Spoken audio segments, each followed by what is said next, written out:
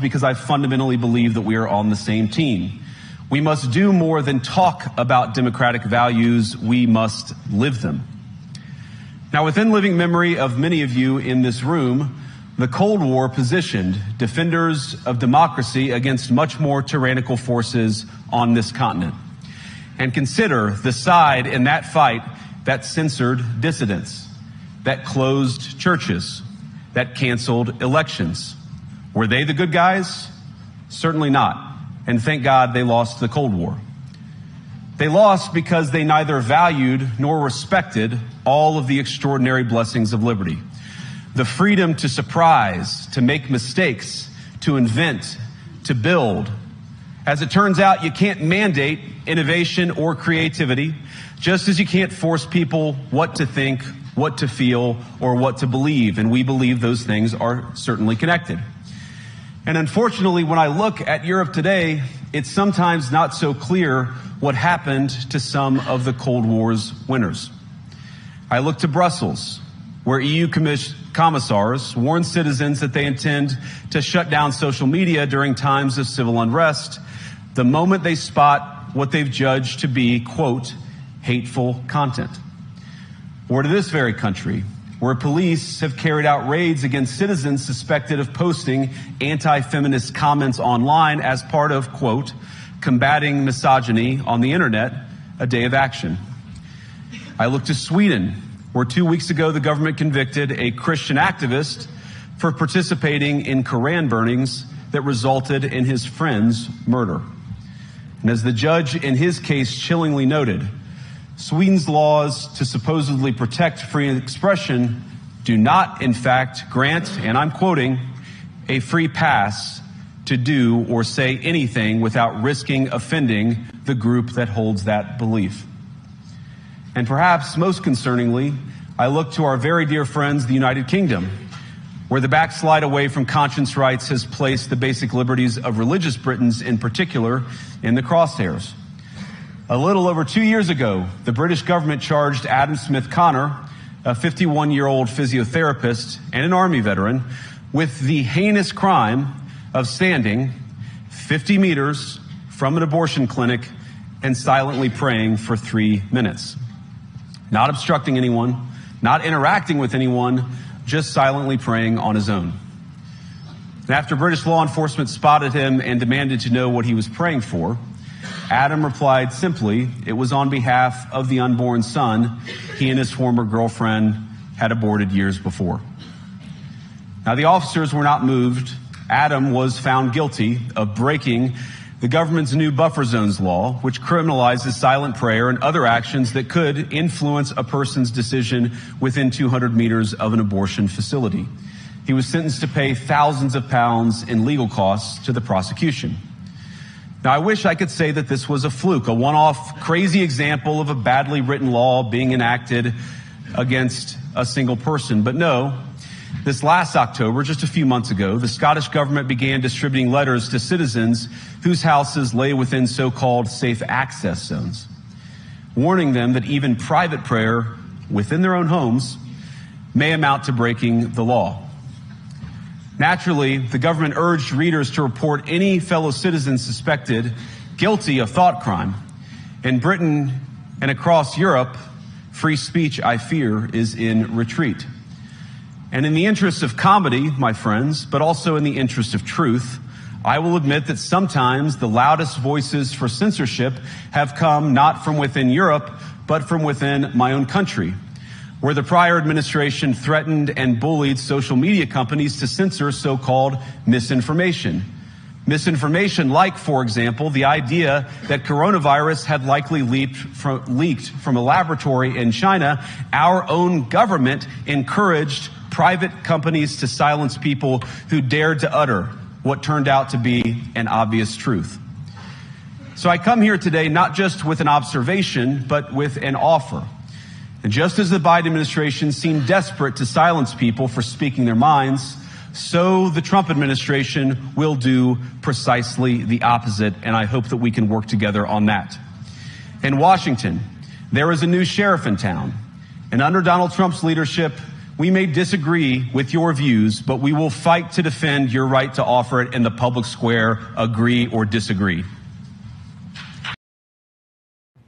We in Finland know what it means to fight for your independence. We did it from 1939 to 1944. You are fighting for your independence. You're fighting for your rightful place with the West. I wish you, Ukraine, the best of independence. Slava Ukraini. The level of interference by the Obama's government was very overwhelming. It's not as if I couldn't have won the election even with that. But if, by my own thinking, and also the way some other people look at it, they go outside the normal diplomatic relationship, then it should be mentioned.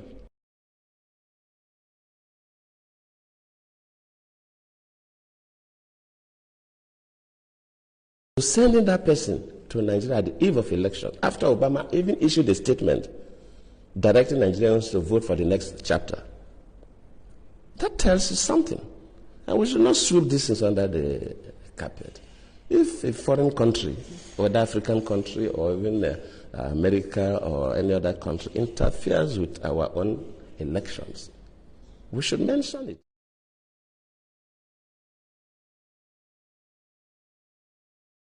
Immediately the Chibok issue came up, we expect Nigerians to be concerned. How do we get these girls out? Within a couple of days, we saw people going to the US would bring back our girls' placards. How? Why? And of course, the Mrs. Obama received one of those placards.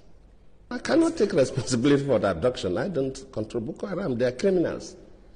But as a president, of course, you know, it's not the president that go to the field. You have security and intelligence officers that do the work. Let me admit that, yes, maybe they do their best, but their best was not good enough for us to recover the girls.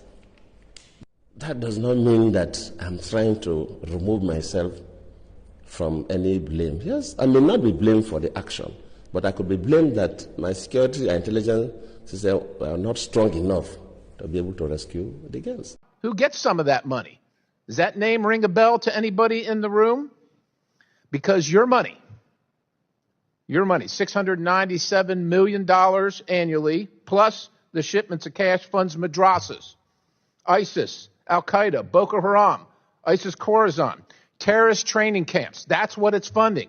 If you think that the program under Operation Enduring Sentinel entitled Women's Scholarship Endowment, which receives $60 million annually, or the Young Women Lead, which gets about $5 million annually, is going to women who, by the way, if you read the Inspector General's report, is telling you that the Taliban does not allow women to speak in public. Yet somehow you're believing, and American people are supposed to believe, that this money is going for the betterment of the women in Afghanistan. It is not. You are funding terrorism, and it's coming through USAID. And it's not just Afghanistan, because Pakistan's right next door. USAID spent $840 million in the last 20 years on Pakistan's education-related program. It includes $136 million to build 120 schools, of which there is zero evidence that any of them were built. Why would there be any evidence? The Inspector General can't get in to see them. But you know what? We doubled down and spent $20 million from USAID to create educational television programs for children unable to attend the physical school. Yeah, they can't attend it because it doesn't exist. You paid for it. Somebody else got the money. You are paying for terrorism. This has got to end. I yield, Mr. Chairman. Has happened to Finland today. As we are hearing, Simon Ekpa is making waves currently now as the governor of Ebonyi State faces ICC. Yeah, that's very good. It's a welcome development by our Prime Minister in exile. I told people, during my previous comment on social media that the brightest person we have now as nnamdikanu is Mazi Simon Ekpa Njoko from Ebonyi State. You can see he has taken it up upon himself about the present, the most recent incursion, Fulani attack in Ebonyi State, killing over 16 people, setting how many buildings ablaze. Yet, the governor of that state, Ebonyi State, Nwafulu, has never seen anything on that perpetration, evil, wicked perpetration by the Fulani headers in Ebonyi State. He has, gone the length of at least budgeting or voting out over 500 million naira for the hedge, giving it to the Fulani Imam and Alpha in Ebonyi State. This is the highest perpetration of injustice any Igbo man could met against his brother in the recent time. Ebonyi people, I don't know where these people descended from. Are they from the same descentry from me, ancestry from me? No, because it is very uncalled for. The Fulanis are living within you. The enemies within has gone very far by annihilating the people of that state in their large number, and you still have that kind of effrontery to budget millions of naira for Hajj. Hajj in Mecca, is it worth more than lives of Igbo men? Lives of 16 Igbo men that were disallowed during the Fulani headers incursion. They set how many buildings ablaze? How much did you budget to rebuild that community that was attacked by Fulani headers? What an ignorance! What an action, that is worth at least criticizing. It is a mere incursion by Fulani Morobas who came at night, killing, miming, shooting everybody in that community. And it has caught attention of the international community. Even ICC, I believe they must do something about this. Ebonyi State governor must face ICC. Yes, that is the right action recently, if you ask me, that our Prime Minister in exile, Simon Ekpa, is going to take. The incursion, the people that cause incursion, they are the perpetrators and we know them. They are our common adversaries in southeastern Nigeria.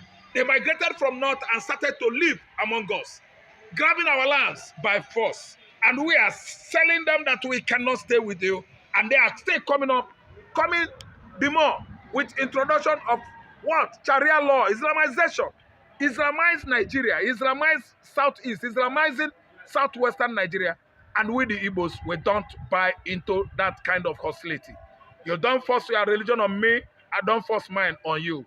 I mind my religion, you mind your own religion. Dr. Ngozi Rabeze, Simon Ekpa seems to be making a lot of weight in Finland concerning what happened of course, Ebonyi said a lockdown has been declared 13th and 14th, to mourn those who were killed. Still at that point, we are hearing that billions of dollars has been budgeted by the Arab world to invest in Ebonyi State in terms of building structures. Yes, Saudi Arabia has come again because they are the one that are sponsoring Islamization of southeastern Nigeria, with by budgeting millions of dollars.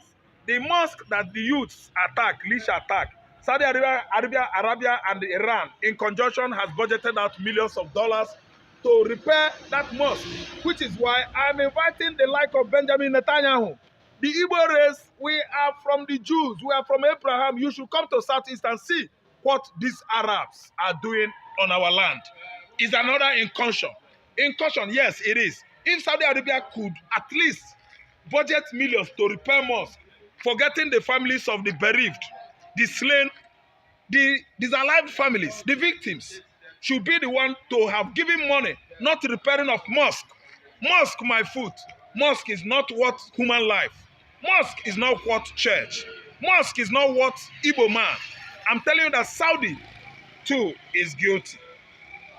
To my highest surprise, United States of America, Israel should hear this. They should actually come to see what Arab has started earlier, recently, with those who have actually seen themselves as the masters of the Igbos. The Fulanis have succeeded on enslaving the southeastern governors, and I can see that it is right time, the high time, the state of Israel begin to understand that they should come to this part of the world, southeastern Nigeria, the Biafran land. The Arab, they have started their incursion in large number. Before you know it, we'll actually see Hamas in the southeastern Nigeria. This is how it started with Turkey.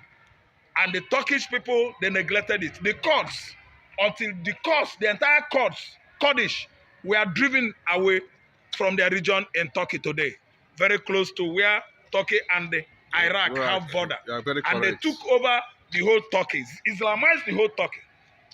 Systematically, that is how Fulani is trying to Islamize southwestern Nigeria. From the axis of Ilorin, it has ended in Ogun State. From Ogun State, I'm seeing Osun State that is largely Muslim, Islamized. So that is how it began in the faraway Turkey, and we pray that we are going to prevail on these intruders, invaders called Fulani Morubas. The Biafran government is no longer Biafran Republic government in exile. It is now called United States of Biafra. You know, in conjunction with other irrelevant authorities and security agencies around the world, which I don't want to mention, has already planted machinery to shut down 1,000 pieces of mosque plan to be built in Ebonyi State. Yes, this is the beginning of a face-off between Igbos and the Hausa oligarchy, Fulani oligarchy, sorry, not Hausas. That Islamization, they swore they are going to do that, but I can see it is a failure. It has failed on an arrival. It's a failure on arrival. Igbo man can never be a Muslim. Building mosque in Igbo land is an abomination. We reject Islam in Jesus' name. Amen. It can't work. We are Christians. We can never practice a very strange religion from Arab world, and federal government, Ebonyi state government, Anambra state government, Enugu and Imo state are watching. You know, these governors of southeastern states, they are great threats to Igbo man. We've now begun to understand their plans. They are not there for you and I. They are there for the Fulanis. They are there for the Arab. They are there to Islamize Igbo land. To Fiakwa, it can't work. I'm telling you that plans are going on now among the Igbos in diaspora, led by our Prime Minister, the Prime Minister of the United States of Biafra, Simon Ekpa, and Ngozi Arabeze. We are going to stop them. We are the owner of the land, not the governors. If the governors want to build mosque, they will go and build mosque on their father's land, which cannot even last. Because at the end of the day, we are going to bring it down. It can never work. Israel must wake up now. I think it's a wake-up call to Donald Trump to come and see what is happening in Igbo land. The Islam, the Arab, they want to take over everywhere in Africa, everywhere in Europe, everywhere in America. It can work. We are standing up against Islamization of southeastern Nigeria, and the construction of that mosque in Ebonyi State must abruptly come to an end. It's a dead on arrival agenda. Okay, Omahi will also be fingered in this whole briglow, and they said the governor did not do anything to stop the Fulani last attack, even though he had privileged information. The reason why they are taking him to, ICC at this point, what message do you have for Biafrans all over the world, especially the way and resistance the whole world celebrated nnamdikanu outburst, confrontation, not arrogancy, in the Nigeria Shrine Court. He called them, your court is shrine. That's what nnamdikanu said. It's a cultic. The courts in Nigeria here are highly occultic. And that's why nnamdikanu called the court here shrine. And it is actually a shrine. All the courts in Nigeria are shrine. Because they are not there for adjudication. The court is there to torment justice, towards justice, change justice, shortchange justice for injustice. That is what all the justices are doing. Look at the presiding justice, Binta Nyako, a criminal. Yes, that's what it means, because a case of mishandling of public funds, financial crime is hanging on her neck, and the same son, her son the same, and her husband the same. These are Fulani. This is a Fulani family who has committed in the past. They gave them federal project and the money disappeared. They mismanaged the money. So that's why they are using nnamdikanu to play gamble. And the gamble actually failed, because nnamdikanu come in with a document and actually challenge the Chief Justice that you have failed. Go and answer to the crime you committed. You can't use me to change your punishment. as the federal. See, this is a very highly classified information, and then nnamdikanu has gotten it. Yeah, he's gotten and it. anytime he got the information, he always show it to the world to actually understand the kind of country we are living. So what I'm seeing, what is happening in Ebonyi State, the incursion by Fulani, headers should actually be treated internationally. This time around, it has gotten out of local, let me say, soil or a domain. It's supposed to be an international thing. So I'm just trying to implore, enjoin, invite Ngozi Orabeze and then what's the name of this our man? Simon Ekpa to go straight to ICC with documents, with video evidences that they are still spying, they are still disaliving, killing Igbo man in his community. These people are from the north. These people don't farm with us. They are not living with us. They are foreigners from Sahel country. But Nigerian government is busy playing game so that they will be reducing Igbo population in their large numbers. That's why the Fulani incursion has not stopped in the recent time. So what I'm trying to say is that the way I see it, according to my own opinion, we should be reporting direct to international community, that platform, holding the whole international communities together, United Nations. That is when we are going to get good results. If you report to federal government, you are wasting your time. Fulani is federal government. Tinubu is Fulani. It can be any report you send across to state government, to federal government, can never be what? Effectual. It can work. It can work. It can come out with good results. So turn your back on federal, turn your back on state, go to international community, ICC, International Criminal Court. They are the one that will give you attention. Nigeria cannot give you attention. The truth is finally out. Now that the Finnish government has declared the CDS of Nigeria, Musa, a terrorist now, what is the next phase of the lie? What lies can the government tell Nigerians? Now that Simon Ekpa is no longer in the picture, because it has always been pictured that Simon Ekpa is the cause of insurgency in Southeast, and now that insurgency has stopped in Southeast, and now that the Finnish government has vindicated Simon Ekpa, that those sponsoring insecurity and terrorists in the country are those some persons in the military. Now, where would CDS Musa bury his shame?